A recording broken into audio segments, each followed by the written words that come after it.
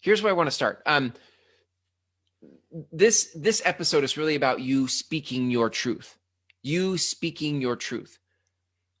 Not writing it, speaking it.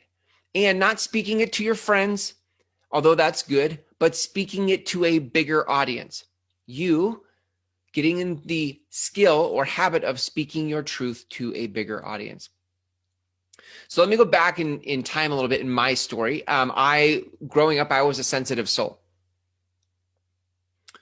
I remember, I don't remember all the moments, but I definitely remember my lip quivering, my face tingling, tears welling up behind my eyes when I was, it could have been when I was challenged by a bully or even by an adult.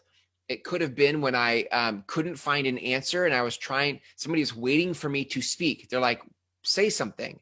And I couldn't find the words. And I remember being embarrassed.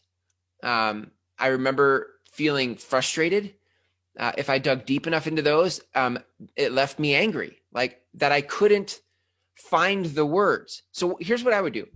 I don't know if this is like you. I think our tribe, we are good writers. We're good at composing thoughts when left alone and given space to compose our thoughts.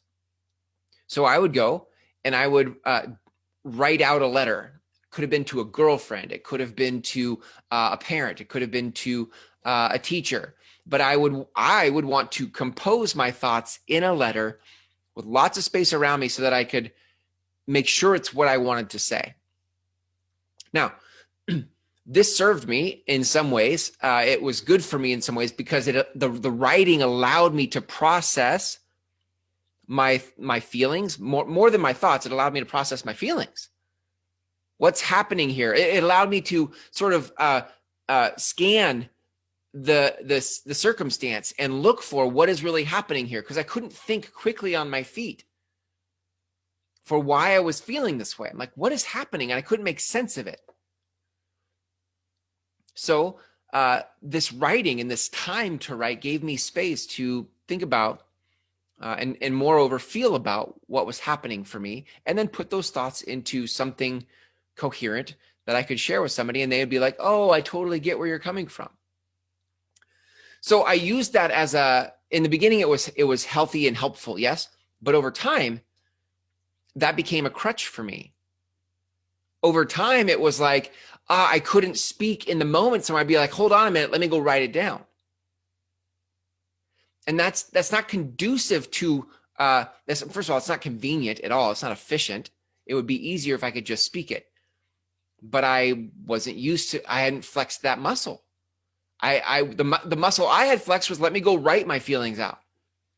So look, can you see how on one hand, your ability to scan the events of your life, the triggers of your life, the stories of your life, and then process them in a journal or in a letter or something was super helpful.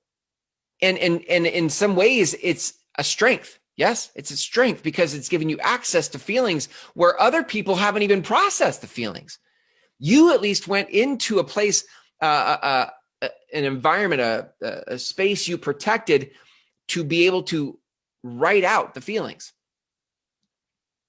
And on the flip side of that, it's become I won't say a liability, but it has definitely become a crutch. In the sense that if you can't write it out, you don't know what to say. Like you have no words. And that's a problem when you're a messenger who has a business of healing people.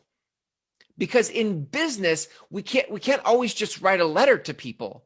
There are moments whether you're standing on a stage in a conversation with somebody one-on-one, we could move this towards marketing. If you're in a space where you're trying to let people know how you can help them, but you can't do it in conversation, then that becomes a limit for you. It becomes a ceiling for you.